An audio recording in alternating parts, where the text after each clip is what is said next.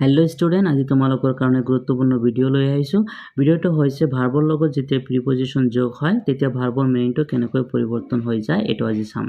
তোমালোকে যদি এটা চেনেলত নতুন তেনেহলে চেনেলটো সাবস্ক্রাইব কৰি ৰাখিবা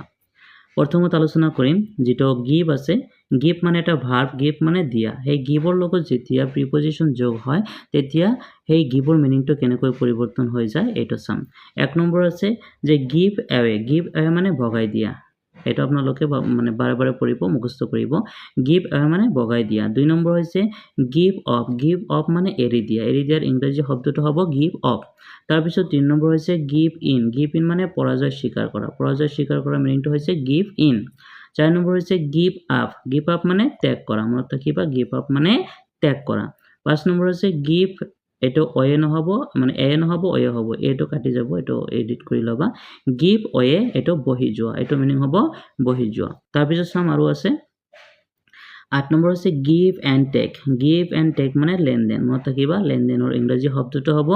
গিভ এণ্ড টেক 9 নম্বৰ যেটো আছে হেতু হৈছে give on self year এটোৰ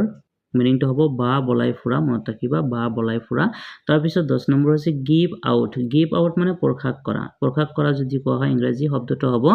give out তাৰ পিছত 11 নম্বৰ আছে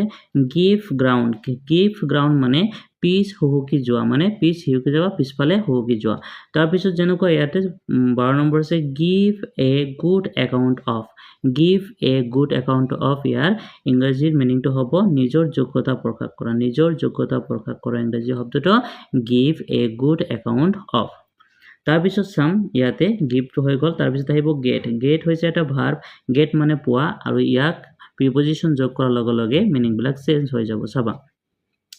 এক নম্বৰ আছে গেট ডাউন মানে নমা মনত ৰাখিবা গেট ডাউন মানে নমা দুই নম্বৰ হৈছে গেট এবাউট মানে ঘোৰা ফুৰা তাৰ পিছত আছে 3 নম্বৰ গেট বেক মানে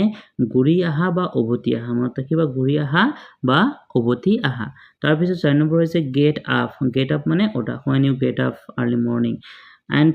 5 নম্বৰ গেট থ্ৰ মানে সফল হোৱা মনত ৰাখিবা গেট থ্ৰ মানে সফল হোৱা সাম আৰু গেটত আৰু আছে 6 নম্বৰ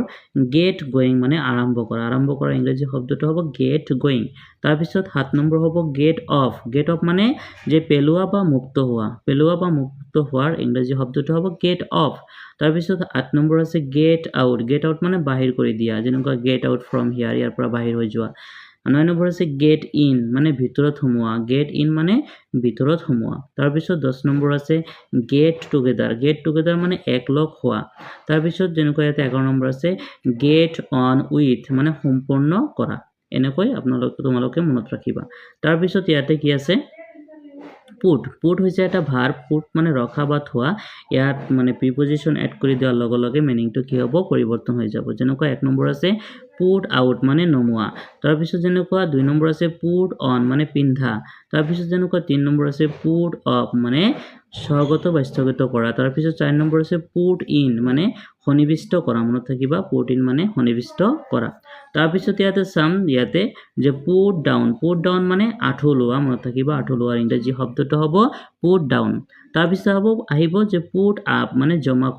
কৰাৰ ইংৰাজী শব্দটো হ'ব পুট আপ তাৰ পিছত 3 নম্বৰ নাম্বাৰটো এত নালাগে সিৰিয়াল হোৱা নাই যে পুট আপ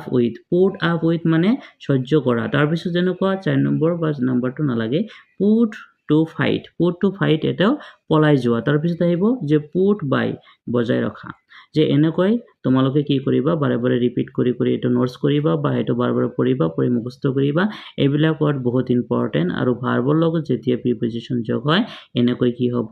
ওয়াৰ্ড বিলাকৰ মিনিং চেঞ্জ হৈ যাব এনেকুৱা আৰু বহুত আছে লাহে লাহে মই আনি থাকিম তোমালোকে চেনেলত যদি নতুন আছে তেনেহলে চেনেলটো সাবস্ক্ৰাইব কৰি থাকিবা okay thank you for watching stay happy and enjoy learning